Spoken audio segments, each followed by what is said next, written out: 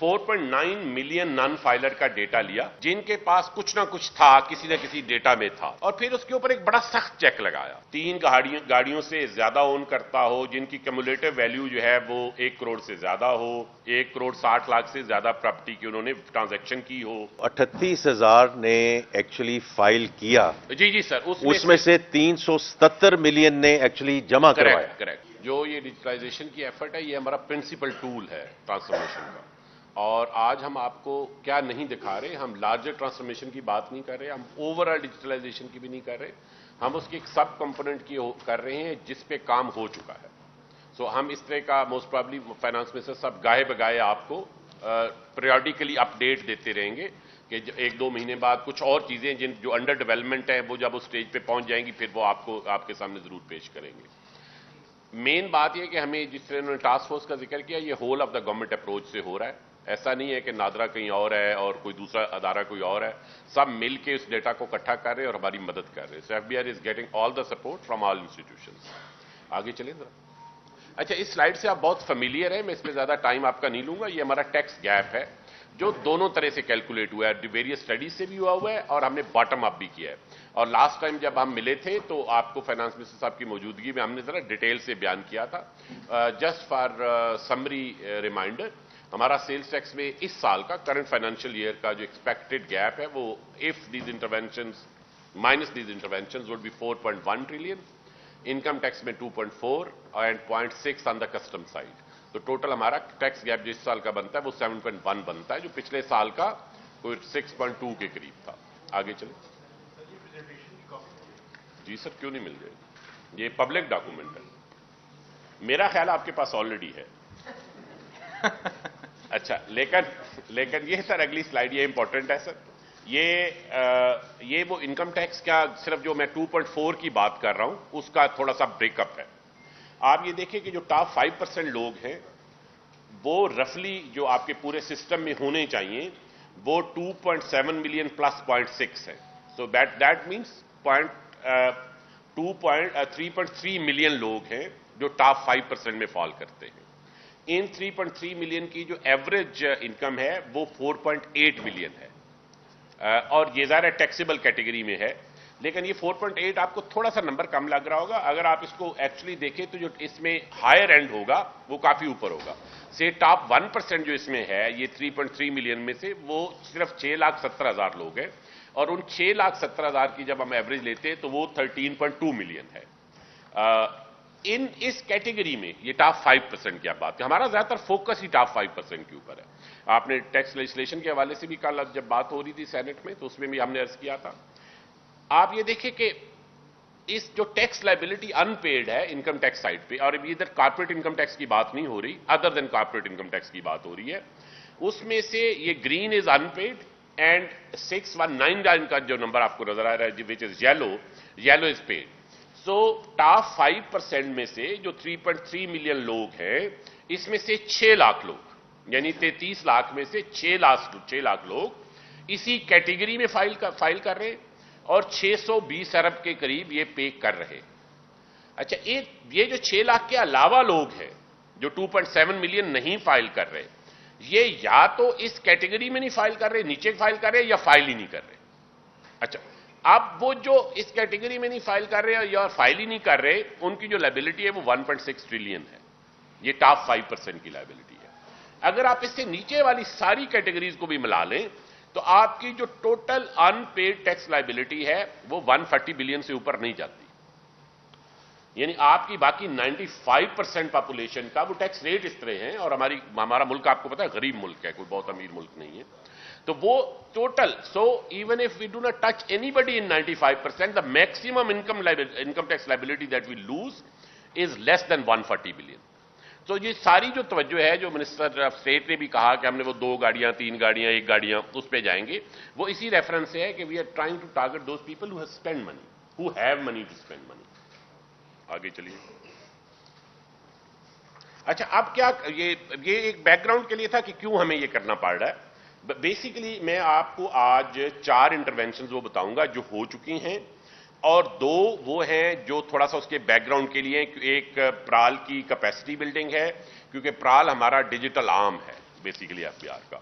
और दूसरा कुछ एचआर और की साइड पे कैपेसिटी बिल्ड करना भी जरूरी है कि अगर ये सारी डिजिटलाइजेशन ने चलना है तो इसने किसी एचआर के साथ मिलके चलना है, तो बिल्कुल वैक्यूम में इसने काम नहीं करना। तो अगर आप इजाजत दें तो फर्स्ट वाली जो हाई वैल्यू नॉन फाइलर की कन्वर्जन है जिसका मिनिस्टर ऑफ स्टेट ने जिक्र किया है, इसको हम पहले देख लेते हैं, आगे चलिएगा।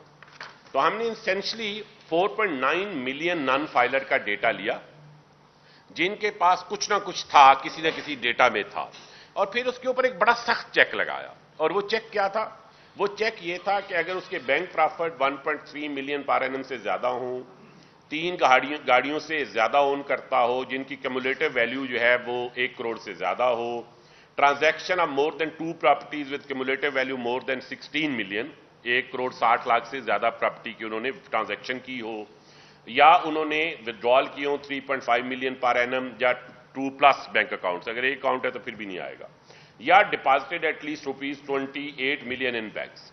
तो जब इन सारे डिफरेंट डायमेंशन से हमने देखा तो हमारे पास एक नंबर आया, और वो नंबर 1,90,000 का था, जिसने मिनिस्टर साहब ने आपको बताया। इस 1,90,000 के ऊपर हमने फैसला किया कि हम इनको नोटिस देंगे। सो हम क्या करते हैं, सबसे पहले हम 114(4) का नोटिस देते हैं कि भाई आप नॉन फाइलर हैं, आप अपनी फाइलिंग तो करें। जब ये दिया हमने, आगे चलिएगा, तो इनमें से ये रफली 186,000 इधर आपको नंबर नजर आ रहा है, ये जो 190 का ओवरऑल नंबर था, इसमें जरा कुछ बीच में सफाई में डेटा सफाई भी हुई होगी। इसमें से 38,000 ने एक्चुअली जमा करा दिया, अपनी फाइलिंग कर दी। ये जो 38,000 का आपको नंबर नजर आ रहा है। अब इस नोटिस के बाद जो अगला स्टेप है, जो हमारा आपको पता है, tax law is like a civil law, it's not like criminal law, FIR अभी बंदा जाके पकड़ लिया। इसके स्टेप्स हैं। तो पहला स्टेप हो गया, जो 186 में से 169,000 लोगों को चला गया नोटिस। बाकी किसी के एड्रेस का इशू था, कोई और इशू था, वो उनको नहीं पहुंच सका। But 169 is a good, in a space of 186,000 is a good number two start with. अब जब इनको नोटिस चला गया तो या इन्होंने फाइलिंग कर दी जैसे आपको नजर आ रहा है, या नहीं की। दोनों सूरतों में अगर उन्होंने की तो उनके ऊपर फिर शो काज का अपना एक प्रोसेस है, और दोनों सूरतों में जो आपका 121 का प्रोसेस है वो शुरू हो जाएगा। इसमें से कुछ शुरू हो गया, लेकिन वो टाइमलाइन से थोड़ा सा पहले, जैसे कुछ जगहों पे जल्दी चला गया था, तो वो आपको ये 451 का नंबर नजर आ रहा है, but it has just started. By February end ये प्रोसेस जो आपको 451 नजर आ रहा है, this should be close to 150,000 से ऊपर ही चला जाना चाहिए इसको, इस प्रोसेस को। And then eventually you create your demand, और 137 के तहत फिर आप डिमांड नोटिस देंगे, और वो जो उसका प्रोसेस है वो चलेगा। अब इसको how are we monitoring it? तो ऐसा नहीं है कि ये हम नोटिस चले गए और ये फील्ड में जा रहे हैं और किसी को पता नहीं। आगे चलिएगा जरा। नहीं, इसमें 1 मिनट चेयरमैन साहब, कि जो 38,000 ने एक्चुअली फाइल किया, जी सर, उसमें से 377 मिलियन ने एक्चुअली जमा करवाया। Correct sir, I think that's very important. मैं मिस कर गया सर, मैं माजरत खाऊं इसके लिए। ये जो 1,70,000 थे, अगर इनको नोटिस ना जाता तो ये शायद फाइलिंग ही ना करते, ये एडमिटेड टैक्स लाइबिलिटी में आया। जी रफली सर, नहीं, जो एक्चुअली नंबर नोटिस किया वो 169 है, वो ऊपर आ रहा है क्योंकि हम ट्रैक कर रहे हैं, तो 169 को गया है। जाना शायद टोटल स्पेस 190 की थी, जो क्लीनिंग हुई तो 186,000 रह गई, और उसमें से जो एक्चुअली नोटिस गया वो 169। बट इनमें से 38,000 ने जब जमा कराया तो ये 377 million, this is the money already collected, तो ये कलेक्ट हो गए हैं। अब जो बाकी लोग हैं जिन्होंने नहीं जमा कराया और जिन्होंने करा दिया मगर से अंडर फाइलिंग की, उनके वो बाकी डेटा के साथ करेस्पॉन्ड करके उनको अगला प्रोसेस चलेगा। अब इस प्रोसेस को ओपन नहीं छोड़ा हुआ, आगे चलिएगा जरा।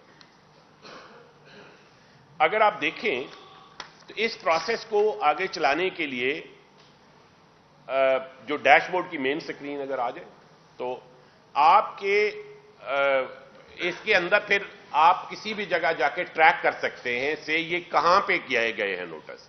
एलटीयू कौन सा है, कराची है, आरटीओ कराची है, उसके फिर वेरियस फील्ड्स, जरा ऊपर ले जाइएगा, फील्ड्स दिखा दीजिएगा, बिल्कुल ऊपर ले जाए, बिल्कुल। एंड ये रियल डेटा, सो ये रियल डेटा है, दिस इज लाइव डेटा, ये वो नहीं है, वो नहीं है ये।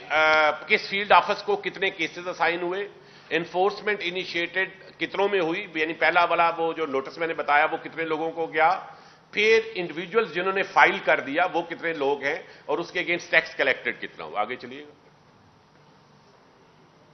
अच्छा, अब ये इसके आगे स्टेप्स हैं जो डिफरेंट स्टेप्स में जाना है, और आप देखना चाहे तो ये पूरी की पूरी रॉ जो है ये इसके एंड टू एंड जितने स्टेप्स इस प्रोसेस में होंगे वो मॉनिटर हो रहे हैं, और ये एफबीआर में भी अवेलेबल है, मिनिस्टर साहब के दफ्तर में भी अवेलेबल होगा, तो कि हम देख सके। लेकिन सिर्फ ये हम एलटीओ या आरटीओ लेवल पे नहीं कर रहे, रीजनल टैक्स ऑफिस पे, आप इसके नीचे जाएं ऑफिसर लेवल के ऊपर, कोई भी एक खोल तो किसी को क्लिक कर लें। आप ये देखिए जब हम उसके अंदर गए तो हम जोन्स में चले गए, ठीक है, जब ये उनके ऑफिसर्स के नाम आ रहे हैं, उनके जोन्स के नाम आ रहे हैं, और अगर विद इन जोन उसके जाते हैं हम, तो then you can actually see कि ये जो हमारा यूनिट है, इवेंचुअली हमारा यूनिट है जिससे ऑपरेट हो रहा है, तो ये आमिर रियाज साहब हैं जो बेसिकली करंटली आरटीओ लाहौर में है, जोन 2 में है, और इनके जो नोटिस अंडर 121 है वो कितने ओवरड्यू हैं, ओवरड्यू नहीं है, जीरो है, जो पहले वाला नोटिस है वो चला गया हुआ है। सो इसकी बजाय कि हम ये फील्ड में डेटा भेज देते और फिर इंतजार करते एक साल बाद कि उसका क्या बना, तो यू आर कंटिन्यूसली मॉनिटरिंग कि किस अफसर ने, किस जोन ने, किस आरटीओ ने या रीजनल ऑफिस ने या किस एलटीयू ने उस किस किस स्टेप पे कितना पहुंच गया है। तो that is the core thing कि आप लाइव इसे देख सकें, मॉनिटर कर सकें। This increases the ability, this is basically bringing managerial efficiency at the higher level, and also kind of transparency. While लोग कहेंगे जी हमने इधर से कलेक्शन ज्यादा कर ली, इधर से कर ली, बट ये जो कोर काम था हाई नेटवर्क इंडिविजुअल को डील करने का, उसमें हमने क्या किया।